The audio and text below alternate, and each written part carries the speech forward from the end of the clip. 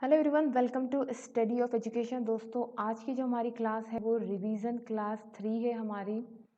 Okay, revision class 2 में हमने देखा था कि हमें सैम्पलिंग मेथड्स पढ़नी थी। सैम्पलिंग मेथड्स को पढ़ने से पहले मैंने आपको बताया था आपको व्हाट इज़ पॉपुलेशन क्या है ये समझ में आना चाहिए। उसके बाद आपको मैंने सैम्पल क्या होता है, इसको बाकायदा हम लोग एक एग्जाम्पल ले करके चल रहे हैं सैम्पलिंग मेथड्स के लिए। ठीक है, फिर सैम्पलिंग क्या होती है एंड देन हम लोग टाइप्स ऑफ सैम्पलिंग मेथड्स पर आए थे। वहाँ पर मैंने आपको बताया था एक होती है probability sampling, non probability sampling. Probability sampling के जितने भी टाइप्स हैं वो हम लोग पढ़ चुके हैं। आज हम लोग इस वीडियो में नॉन प्रोबेबिलिटी के ये टाइप्स कवर करने वाले हैं। वैसे मैंने आपको 7 टाइप्स की नॉन प्रोबेबिलिटी सैम्पलिंग बताई थी, पर 4 इसमें से बहुत इंपॉर्टेंट है। और क्योंकि ये रिवीजन क्लास है तो हम जो इम्पोर्टेंट पॉइंट्स है सिर्फ उन्हीं को लेकर के चलेंगे। तो चलिए शुरुआत करते हैं फिर अपने वीडियो की। नॉन प्रोबेबिलिटी सैम्पलिंग के कैरेक्टरिस्टिक और फिर वन बाय वन ये चारों सैम्पलिंग जो मेथड है इनके कैरेक्टरिस्टिक्स देखेंगे।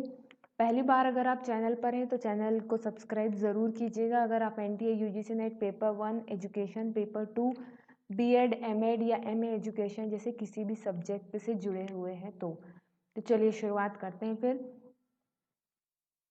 चलिए दोस्तों, तो सबसे पहले हम लोग देख लेते हैं characteristic of non probability sampling. तो जब हम नॉन प्रोबेबिलिटी सैम्पलिंग की बात करते हैं दोस्तों, तो सबसे पहले हम यहाँ पर कैरेक्टरिस्टिक में लिखेंगे that it has non random selection. Non random selection कहने का मतलब ये है कि जब आप यहाँ पर सिलेक्शन कर रहे होते हैं सैम्पल्स का, तो यहाँ पर रैंडमनेस नहीं है। किसी को भी आप बाय चांस चूज़ नहीं कर रहे हैं। आपके दिमाग में प्रॉपर जो कह सकते हैं आप क्राइटेरिया फिट है कि आपको इस चीज़ को लेना है, क्योंकि इस तरीके का सैंपल लेना आपके लिए ज़्यादा इजी रहेगा, ज़्यादा कन्वीनियंट रहेगा। उस कन्वीनियंस के भी अलग अलग क्राइटेरिया होते हैं। ना नेक्स्ट हो जाएगा, अगर ये नॉन रैंडम सिलेक्शन है। नॉन प्रोबेबिलिटी सैम्पलिंग में सिलेक्शन कैसा होता है? नॉन रैंडम होता है। कहने का मतलब ये है यहाँ पर that every element does not have equal chance of selection.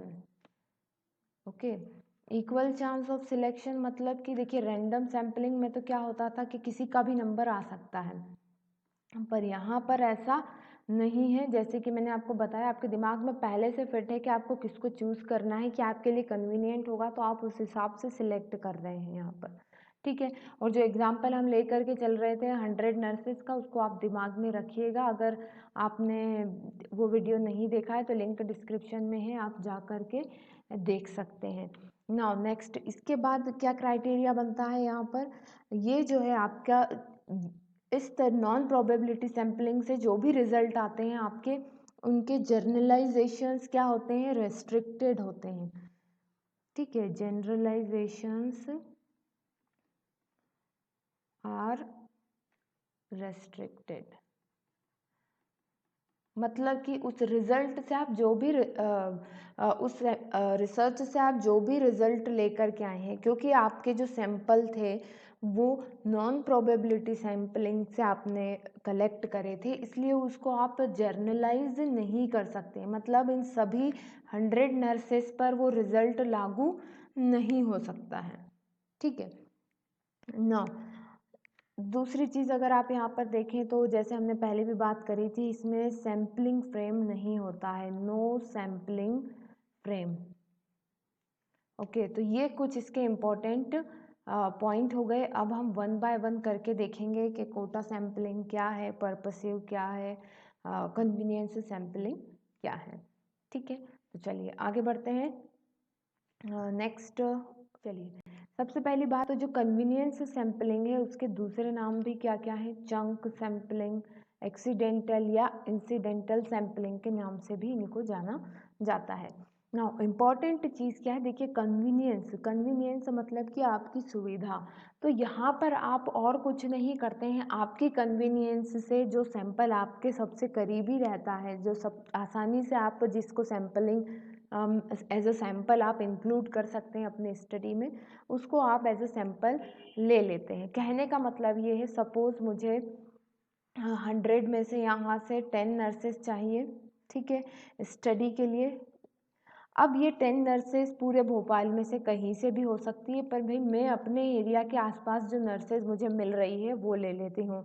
तो ये क्या हो गया, कन्वीनियंस सैम्पलिंग हो गई। इसको आप इस तरीके से आसानी से समझ सकते हैं। पॉइंट क्या हो जाएगा यहाँ पर, selection of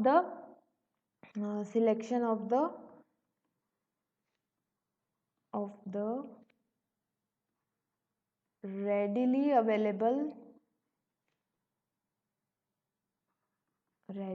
available objects for study, objects और आप कह सकते हैं एलिमेंट्स फॉर स्टडी, ठीक है जी।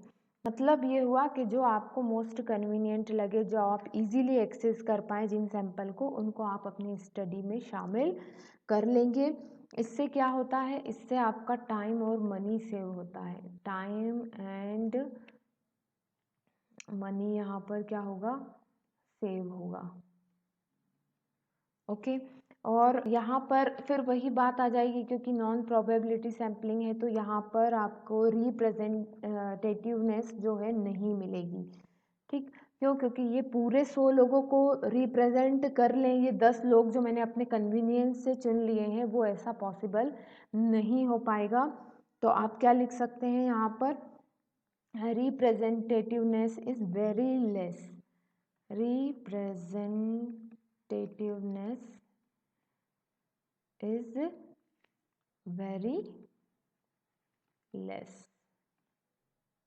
ओके, चलिए अब नेक्स्ट उस पे चलते हैं। नेक्स्ट है हमारा कोटा सैम्पलिंग। सबसे इम्पॉर्टेंट क्वेश्चन जो है यहाँ कोटा सैम्पलिंग से बनता है, ये आपको ध्यान रखना है, that quota sampling is a non probability sampling. और ये प्रोबेबिलिटी सैम्पलिंग में एक मेथड से मैच करता है। बहुत ज़्यादा इन लोगों में कह सकते हैं आप इक्वलनेस होती है, जो कि होता है स्ट्रेटिफाइड। तो ये क्वेश्चन भी आता है कई बार, that quota is a non probability sampling, it is very much similar to which probability sampling method. तो आपको बताना है स्ट्रेटिफाइड सैम्पलिंग मेथड। क्यों, क्योंकि स्ट्रेटिफाइड सैम्पलिंग मेथड्स में हम लोग क्या बना रहे थे, कुछ ग्रुप बना रहे थे, सब ग्रुप्स बना रहे थे। और यहाँ पर भी कोटा सैम्पलिंग में हम लोग क्या करते हैं, कुछ सब ग्रुप्स बनाते हैं, कुछ फिक्स्ड सब ग्रुप बना करके उनका कोटा क्या कर देते हैं, हम फिक्स्ड कर देते हैं। इसको मैं आपको आप इस तरीके से समझ सकते हैं इसको, सपोज हमको 100 में से 10 नंबर लेने थे एज ए सैम्पल, ठीक। अब 10 नंबर जब हमें लेने हैं तो यहाँ पर मैंने 5 और 5 दो डिवाइड कर दिए पार्ट में। मैंने बोला मुझे 5 मेल नर्सेस चाहिए और 5 फीमेल नर्सेस चाहिए। तो यहाँ पर हमने सब ग्रुप बना करके कोटा डिसाइड कर दिया, ठीक है ना। कोटा सैम्पलिंग में हम कुछ पहले से कैरेक्टरिस्टिक डिसाइड करके रखते हैं, जैसे कि ये करा था हमने, कैरेक्टरिस्टिक्स आर डिसाइडेड, क्या आप क्या क्या देखेंगे उसमें, ठीक। और फिर आप जो है उनको सब ग्रुप में बांट करके उनका कोटा डिसाइड कर देते हैं। तो इस तरीके की सैम्पलिंग क्या कहलाती है, कोटा सैम्पलिंग कहलाती है। किसके वेरी मच सिमिलर होती है, ये स्ट्रेटिफाइड प्रोबेबिलिटी सैम्पलिंग के ये इक्वल होती है। नाउ नेक्स्ट है हमारा पर्पसिव सैम्पलिंग। सैम्पलिंग, अब सबसे पहला इंपॉर्टेंट पॉइंट ये होगा that it has another name, that is the judgmental और एक्सपर्ट्स चॉइस सैम्पलिंग। अब पर्पसिव या एक्सपर्ट्स चॉइस सैम्पलिंग से आप समझ सकते हैं कि जो आप सैंपल सिलेक्शन के लिए जा रहे हैं, तो ऐसा सैंपल जो आपके क्राइटेरियाज को फुलफिल करता है, आप डायरेक्ट उसे चूज़ कर लेते हैं, ठीक है। तो यहाँ पर आप क्या लिख सकते हैं, on the basis of personal judgments, personal judgment, personal judgments के अकॉर्डिंग जो है आप सिलेक्ट करते हैं सब्जेक्ट्स को, सिलेक्शन ऑफ सब्जेक्ट,